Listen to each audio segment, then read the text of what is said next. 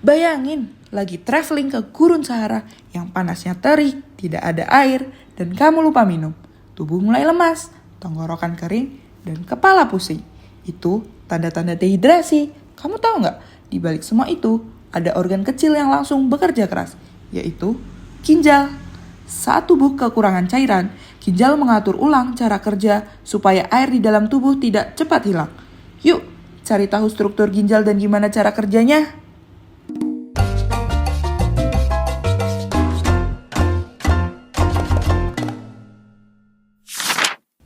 Ginjal adalah organ vital dalam sistem ekskresi manusia yang berperan dalam menjaga keseimbangan cairan tubuh, menyaring darah, dan membuang zat sisa metabolisme.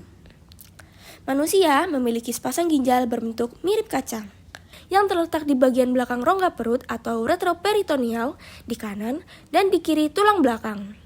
Setiap ginjal berukuran sekitar 10 hingga 12 cm dan memiliki berat kurang lebih 150 gram. Fungsi utamanya bukan hanya sekedar untuk membuang limbah, tetapi juga mengatur homeostasis tubuh. Secara struktur, ginjal terdiri atas 3 bagian utama. Bagian terluar dari ginjal disebut korteks, yang di dalamnya terdapat jutaan unit fungsional bernama nefron. Setiap nefron memiliki kemampuan untuk menyaring darah dan menghasilkan urin. Lalu bagian berikutnya adalah medula, yang berbentuk seperti piramida kecil dan berfungsi dalam memproses konsentrasi urin.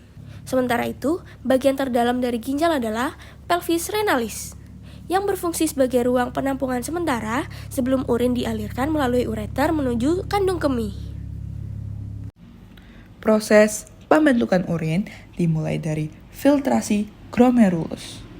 Membran filtrasi ini terdiri dari 3 lapisan, yaitu endotel kapiler, glomerulus yang berpori sehingga memungkinkan komponen darah untuk lewat, membran basal yang bermuatan negatif dengan fungsi sebagai penghalang protein, serta sel podosit yang membentuk filtrasi lebih selektif. GFR adalah jumlah cairan yang difiltrasi setiap menitnya, normalnya sekitar 120 hingga 125 ml per menit.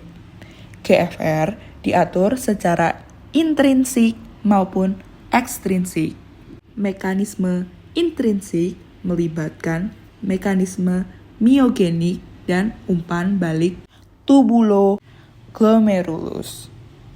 Mekanisme miogenik bekerja dengan cara mengatur diameter arteriol aferen, yaitu ketika tekanan darah tinggi, otot polos berkontraksi sehingga arteriol menyempit, dan sebaliknya, bila tekanan darah rendah, arteriol melebar agar aliran darah meningkat. Umpan balik tubuloglomerulus dilakukan oleh sel makula densa yang mendeteksi kadar NaCl di tubulus. Jika tekanan darah tinggi, GFR naik, waktu reabsorpsi natrium berkurang sehingga kadar NaCl di tubulus meningkat. Makula densa lalu melepaskan zat vasokonstriktor yang menyempitkan arteriol aferen dan mengurangi aliran darah. Saat tekanan darah rendah, kadar NaCl turun sehingga zat vasokonstriktor tidak dilepaskan. Pengaturan ekstrinsik bekerja untuk menjaga GFR sekaligus mempertahankan tekanan darah sistemik. Sistem saraf simpatis melalui pelepasan norepinefrin dan epinefrin dapat menyebabkan vasokonstriksi, mengurangi aliran darah ginjal, dan menurunkan GFR. Selain itu, mekanisme renin, angiotensin, aldosteron juga berperan. Renin dilepaskan oleh sel granular melalui 3 cara, yaitu aktivasi reseptor beta-1 adrenergik, deteksi kadar NaCl rendah oleh makula densa, dan sensor peregangan pada sel granular ketika aliran darah menurun. Aktivasi jalur ini membantu mengatur kembali GFR sekaligus tekanan darah. Setelah filtrasi terjadi reabsorpsi tubulus. Segmen pertama adalah tubulus proksimal. Di sini, hampir semua glukosa dan asam amino diserap kembali bersama 65% natrium dan air. Natrium dipompa secara aktif oleh pompa ion Na+K+. Sementara glukosa, asam amino, dan vitamin ikut terbawa melalui transport sekunder bersama natrium. Air diserap melalui osmosis mengikuti zat terlarut. Sementara zat larut lemak berdifusi pasif The thin mengikuti descending gradien limb, which is where water konsentrasi. moves out of the tubule. Urea juga sebagian diserap kembali di segmen ini. Filtrat lalu masuk ke lengkung Henle. Bagian descending hanya menyerap air karena banyak saluran aquaporin. Sedangkan zat terlarut tidak diserap.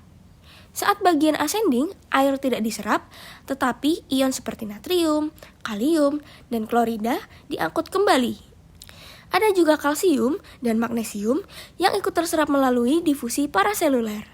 Selanjutnya di tubulus distal.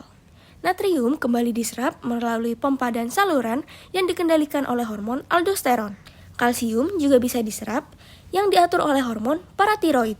Pada bagian akhir sistem, tubulus kolektivus melakukan reabsorpsi terakhir natrium, kalsium, serta air di bawah pengaruh aldosteron dan ADH. Selain reabsorpsi, juga sekresi tubulus, yakni pembuangan zat yang tidak diperlukan tubuh seperti obat, metabolit, urea, asam urat, keratinin, hingga ion hidrogen untuk menjaga keseimbangan pH tubuh. Apabila darah terlalu asam, maka ion H disekresikan, dan apabila terlalu basah, maka klorida diserap kembali. Setelah proses selesai, urin dialirkan ke ureter, dua saluran kecil yang membawa urin ke kandung kemih. Peristaltik otot halus mendorong urin agar tidak kembali naik. Kandung kemih sendiri adalah kantung berotot yang dapat menampung sekitar 300 hingga 400 mili urin secara normal. Meski kapasitas maksimal bisa mencapai 1 liter, dari kandung kemih, urin keluar melalui uretra. Pada pria, uretra lebih panjang kurang lebih 22 cm dengan 3 segmen, yaitu prostatik, membranosus, dan spongiosum. Sedangkan pada wanita, uretra lebih pendek kurang lebih 4 cm dengan lubang keluar di depan vagina. Pada akhirnya, tibalah pada proses miksi atau buang air kecil yang dikendalikan di otak melalui pusat miksi di pons yang mengatur kapan sphincter eksternal dibuka. Jika kandung kemih penuh, pusat miksi mengaktifkan parasimpatis dan menghambat simpatis, sehingga muncul dorongan kuat untuk berkemih. Jika sedang berada di gurun Sahara yang sangat terik dan tidak ada air, maka tubuh akan kekurangan cairan atau dehidrasi. Hal ini dapat mengakibatkan osmolaritas serum meningkat, memicu pelepasan vasopresin atau ADH dari hipofisis posterior. Vasopresin bekerja di tingkat nefron untuk mempertahankan cairan dan tekanan darah. Namun, bila meningkat secara kronis, vasopresin dapat memperburuk kerusakan ginjal. Studi pada hewan coba menunjukkan bahwa hidrasi yang memadai dapat menekan vasopresin dan memperlambat progresi kerusakan ginjal.